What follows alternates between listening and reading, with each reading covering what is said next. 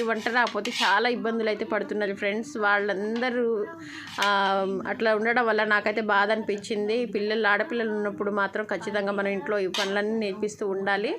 ఇంకా మన ఫ్రీడమ్ ఎంతవరకు ఇవ్వాలో అంతవరకే ఇవ్వాలి. ఇంట్లో పనులైనా చదువు అయినా ఏదైనా సరే అంత చక్కగా నేర్చుకునేలా అయితే మనం చేస్తూ ఉండాలి. ఇంకా చూడండి ఫ్రెండ్స్ ఎలా కోస్తుందో వంకాయలు అయితే. మా ముగ్గురు పిల్లలు అయితే అమ్మకు అందరూ సహాయం చేస్తూ ఉంటారు. హాలిడేస్ టైంలో అమ్మ రెస్ట్ తీసుకోమని చెప్తూ ఉంటారు. వాళ్ళే పనులన్నీ చేస్తూ ఉంటారండి.